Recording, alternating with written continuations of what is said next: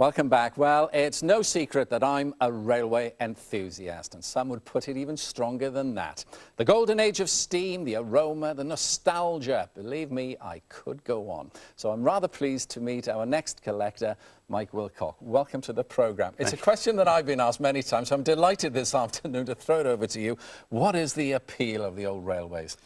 I think as far as my collection goes, it's nostalgia of steam, it's memories of childhood, it's memories of travelling on a train all over the UK.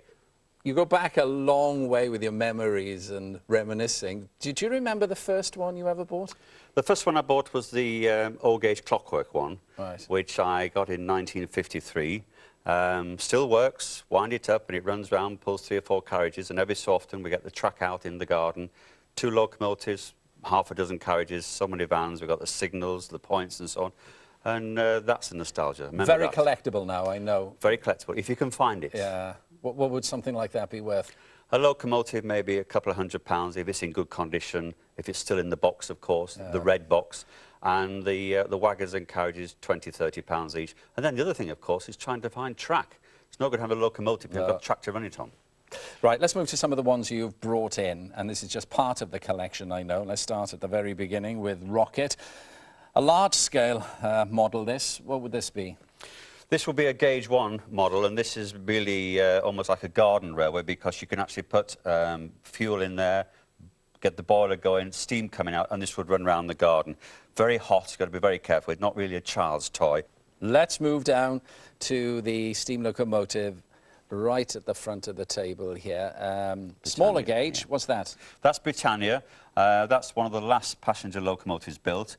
Happened to run from Cardiff, Swansea to Paddington, and of course we've got the authentic Great Western carriages there. That locomotive is one of the newer ones made by Hornby, actually made in China, and the carriages are made by another company. But that would cost about £90 nowadays if you had to buy it new. So we got Gauge 1. Yes. O gauge? Yes. What about this one here, this American one? Little American Santa Fe freight locomotive is N gauge. That's quite a good idea as a starter for a child because, as you can see now, it would go round on a meter turntable. A lot of fun and not too expensive. And a lot of fun with it. You can get diesels as well, and you could even get high-speed trains in N gauge. So that's quite good for a small space, somebody who lives in a flat. As you know, to me, nothing beats steam locomotive, beautiful steam locomotive, and to me, I mean, they don't get any better than these. You brought 2 examples in of the same loco. Why? Coronation, obviously, for the Queen Mother, as it was then, their coronation, and the new one at the front. This one here is the brand new locomotive. This is the correct scale length for people who want to be really correct. It's got all the detail of the handrails, all the metal on the front. It's got brass whistles. This one is more of a toy.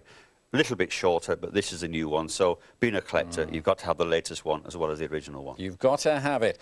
As well as steam locos, this is where I'd argue with you, because I haven't got much time for diesels, but you've got quite a collection of diesels as well, and some with Welsh interest in the front there, the silver one.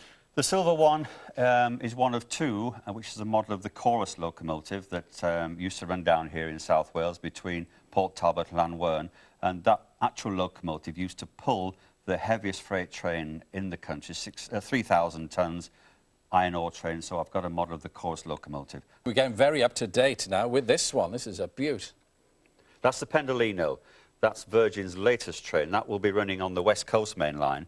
They had them running in time for the recent games in Manchester, and that's Virgin's latest train. The actual model itself, made by Dapol in Llangollen, was released before Virgin were running the train on the main line. So that was quite a coup for them. And even down to the colour is an exact replica of the Virgin train. And of course this one, the model as well as the Virgin train, does tilt when it goes around the corner. So that's an excellent model. They're all static at the moment. Where do you run them at home? You need a large layout, wouldn't you? We have a large layout. We have a double garage at home, but I'm afraid the cars are parked outside. So we've carpeted the garage and we've got a large layout, and my son Nicholas has done a wonderful job building the layout, and we have stations and hillsides and tunnels, and we have 3 tracks, and we have great fun. I don't mind admitting it. I'd like to ask you finally, of all the ones you've got, do you have a favourite?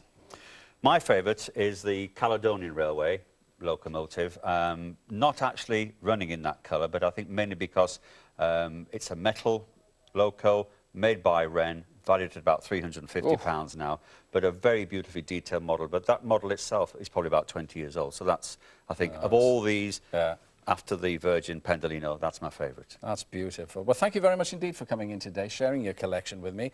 I look forward to an invite to the Double Garage to have a look there. Come and have a look. You're very welcome. May well take you up on that. Well, railway memorabilia seems to be going for a premium these days. Last week at an auction in Sheffield, a nameplate from a steam locomotive went for a world record, a staggering £54,000. The buyer was apparently very pleased, but the seller, well, he must have been delighted.